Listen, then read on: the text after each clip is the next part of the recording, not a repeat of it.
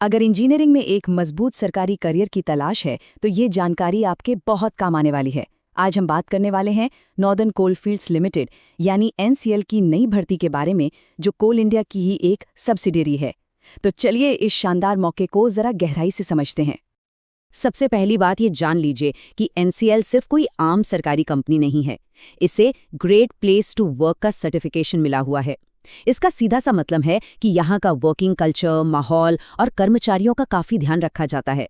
तो ये सिर्फ एक नौकरी नहीं, बल्कि एक बेहतर वर्क लाइफ का मौका भी है। आज हम किन किन बातों पर गौर करेंगे। सबसे पहले देखेंगे कि ये नया मौका आखिर है क्या। फिर जानेंगे कि इसके लिए कौन कौन एलिजिबल है, कितनी वैकेंसीज हैं, सैलरी और फायदे क्या क्या मिलेंगे, सिलेक्शन का प्रोसेस कैसा रहेगा, अप्लाई कैसे करना है और हाँ, सबसे ज़रूरी वो कौन सी तारीखें हैं जिन्हें बिल्कुल नहीं भूलना है। तो चलिए शुरू करते हैं सबसे पहले सवाल से। आखिर एनसीएल में मौके किन पदों के लिए हैं, आइए देखते हैं।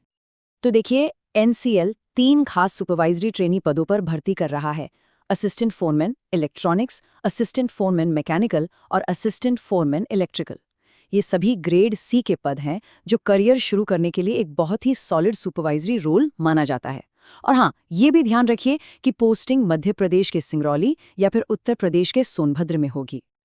चलिए अब आते हैं सबसे ज़रूरी हिस्से पर, एलिजिबिलिटी। फॉर्म भरने से पहले ये चेक कर लेना बहुत ज़रूरी है कि जो भी शर्तें रखी गई हैं वो पूरी हो रही हैं या नहीं। तो अब हर किसी को ये सवाल खुद से पूछना है, क्या मेरी क्वालिफिकेशन और उम्र इन शर्तों के हिसाब से सही है? चलिए इसे साथ मिलकर चेक करते हैं। देखिए, पढ़ाई लिखाई की शर्तें एकदम सीधी और साफ है। 10वीं पास होना ज़रूरी है और उसके साथ साथ जिस भी ब्रांच के लिए अप्लाई कर रहे हैं, चाहे वो इलेक्ट्रॉनिक्स हो, मैकेनिकल हो या इलेक्ट्रिकल, उसमें 3 साल का इंजीनियरिंग डिप्लोमा होना ही चाहिए। उम्र की बात करें तो अपर एज लिमिट 30 साल रखी गई है। लेकिन यहाँ एक बहुत ज़रूरी चीज़ है, वो है क्रूशियल डेट। ये तारीख है 5 मार्च 2026। आपकी उम्र, आपका डिप्लोमा, सब कुछ इसी तारीख के हिसाब से देखा जाएगा। तो इस डेट को दिमाग में ज़रूर रखिएगा। लेकिन अच्छी खबर ये है कि रिजर्व्ड कैटेगरीज के लिए उम्र में अच्छी खासी छूट भी है। SC/ST कैंडिडेट्स को 5 साल, OBC को 3 साल और दिव्यांग उम्मीदवारों को उनकी कैटेगरी के हिसाब से 10 से 15 साल तक की छूट मिलेगी। चलिए अब आगे बढ़ते हैं और देखते हैं कि ये अवसर असल में कितना बड़ा है। यहाँ हम बात करेंगे कि कुल कितनी सीटें हैं, सैलरी क्या मिलेगी और दूसरे क्या-क्या फायदे हैं। तो ज़रा वैकेंसीज पर नज़र डालते हैं।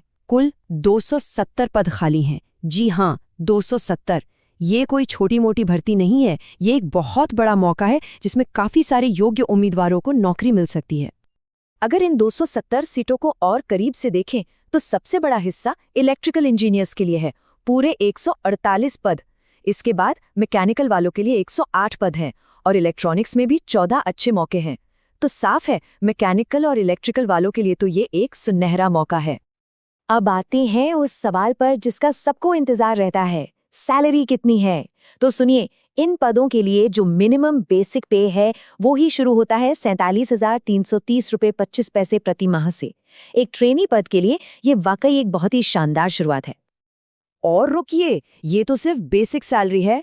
इसके ऊपर आपको मिलेगा महंगाई भत्ता, attendance bonus, HRA, medical facility जैसी कई सुविधाएं जो आपकी इन हैंड सैलरी को और भी ज्यादा आकर्षक बना देती हैं। अब बात करते हैं सिलेक्शन प्रोसेस की।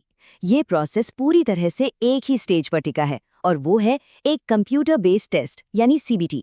आपकी परफॉर्मेंस ही आपका सिलेक्शन तय करेगी। अच्छा, पेपर का पैटर्न समझना बहुत जरूरी है। आपको 90 मिनट में 100 सवाल करने होंगे और सबसे खास बात यह है कि 70 सवाल सीधे आपकी इंजीनियरिंग ब्रांच से होंगे। मतलब टेक्निकल नॉलेज ही सिलेक्शन की असली चाबी है। बाकी के 30 सवाल जनरल नॉलेज और एप्टीट्यूड से होंगे। और यहाँ सभी कैंडिडेट्स के लिए एक बहुत बड़ी राहत की बात है, इस एग्जाम में गलत जवाब के लिए कोई नेगेटिव मार्किंग नहीं है। इसका मतलब है कि आप बिना डरे सारे सवालों के जवाब दे सकते हैं। हाँ, लेकिन मेरिट लिस्ट में जगह बनाने के लिए एक मिनिमम स्कोर लाना जरूरी है। जनरल और EWS कैटेगरी के कैंडिडेट्स को कम से कम 50 नंबर लाने होंगे, जबकि बाकी सभी रिजर्व्ड कैटेगरीज के लिए ये कट ऑफ 40 नंबर का है। तो अब जब तैयारी का मन बना लिया है तो सवाल उठता है कि अप्लाई कैसे करना है। देखिए, पूरी प्रक्रिया ऑनलाइन है, तो चलिए इसे स्टेप बाय स्टेप समझ लेते हैं। प्रोसेस एकदम सिंपल है, बस ध्यान से इन स्टेप्स को फॉलो करना है। सबसे पहले NCLT ऑफिशियल वेबसाइट www.nclcil.in पर जाइए। वहां रिक्रूटमेंट सेक्शन में इस नोटिफिकेशन को अच्छे से पढ़िए। फिर ऑनलाइन एप्लीकेशन फॉर्म में अपनी सारी जानकारी सही भर दीजिए। इसके बाद अपनी स्कैन की हुई फोटो, सिग्नेचर और जो भी ज़रूरी डॉक्यूमेंट्स हैं उन्हें अपलोड करना होगा। अगर फीस लागू होती है तो उसे ऑनलाइन पे करें और आखिर में फॉर्म सबमिट करके उसका एक प्रिंटआउट या PDF अपने पास ज़रूर रख लें। जहाँ तक एप्लीकेशन फ़ीस की बात है तो जनरल, OBC और EWS कैंडिडेट्स के लिए ये 1180 रुपये हैं। और हाँ, SC, ST, दिव्यांग, पूर्व सैनिक और डिपार्टमेंटल कैंडिडेट्स को कोई भी फीस नहीं देनी है। और अब सबसे ज़रूरी जानकारी, यानी कि डेट्स। इन तारीखों को कहीं पर नोट कर लीजिए ताकि ये मौका हाथ से निकल ना जाए। तो देखिए, ऑनलाइन रजिस्ट्रेशन 11 फरवरी 2026 को शुरू होगा और 5 मार्च 2026 को बंद हो जाएगा। याद रखिए, ये 5 मार्च ही वो क्रूशियल डेट है। एडमिट कार्ड और एग्जाम की तारीख बाद में वेबसाइट पर अनाउंस की जाएगी। तो सारी जानकारी अब आपके सामने है। एक great place to work certified company में एक शानदार सरकारी नौकरी। अब सवाल बस एक ही बचता है, क्या ये आपके करियर का अगला बड़ा कदम होने वाला है?